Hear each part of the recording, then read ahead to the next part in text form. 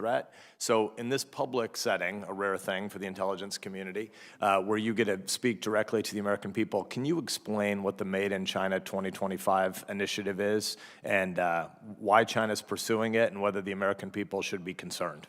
Sure.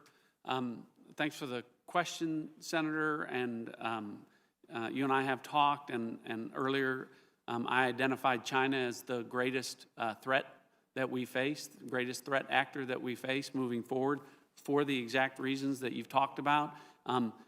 Made in China 2025 is one of many initiatives that the Chinese government, the Belt and Road Initiative, the Military Civil Fusion Initiative, the all initiatives of the same, or all spokes of the same initiative for China to supplant us as the global power in all respects. And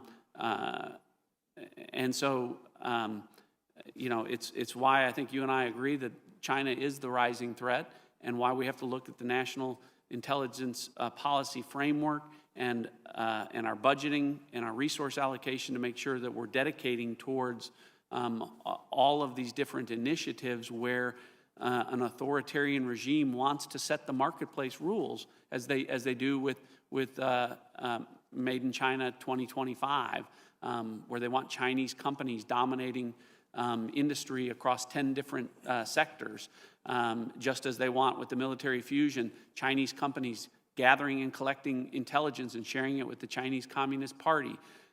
Whereas with Belt and Road, they want to dominate all of the hubs for trade routes and telecommunication. All of these things are China trying to essentially supplant free marketplace standards and values like liberty and free speech and all of the things that we have with authoritarian values that are reflected in some of the things that are happening in this COVID-19 pandemic.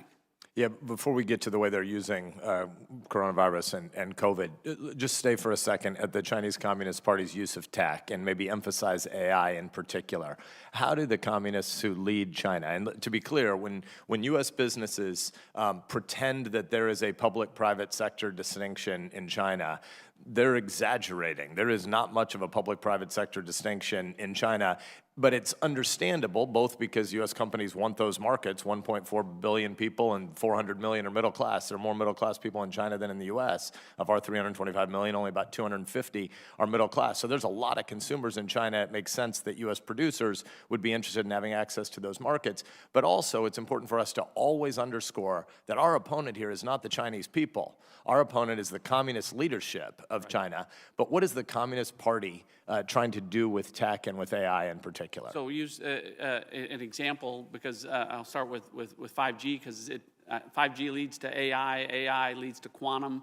And to your point about where the Chinese Communist Party stops and starts, it's hard to tell with a company like Huawei. And if Huawei has an obligation to share information under Chinese law with the Chinese Communist Party, and they are creating global networks, and our information is going over those lines, and our allies that we're sharing information with, that's jeopardizing our information, it's jeopardizing our troops. All of these things are basically put at risk with respect to that. And so, again, this is just why you are so correct, Senator, in terms of making sure that we are balanced in terms of where we are investing in terms of the global threat landscape, pandemic, 5G, AI, I don't want to say all roads to lead to China, but a lot of them do. What are the technical fields that you're most concerned about them being at or equal to us in terms of their long-term plotting against us? A generation, I think Eric Schmidt, the former executive chairman of Google, regularly talks about a tech generation as being 18-ish months.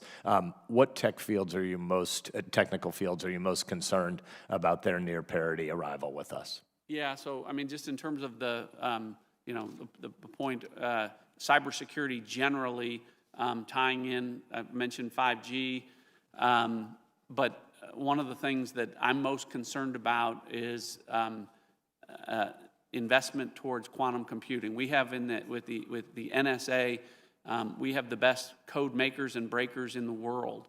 General Nakasone, I think you and I agree, is a national treasure. But if China gets to quantum first, we're in trouble. And so that, for me, was one of the, when we look at investments and looking forward and the challenges that we face, and the fact that China's investing more towards those technologies than the United States presently, we need to rebalance. I'm going to give it back to the chairman here, but I just want to underscore the point you just made. I'm a small government guy, but we are radically underinvesting in a lot of the fields that you just mentioned. Paul Nakasone is an absolute national treasure, but the team he leads at the NSA, lots of their work is made obsolete if the quantum race is won by China, and we're underinvesting in that space. Thanks. I look forward to the classified time.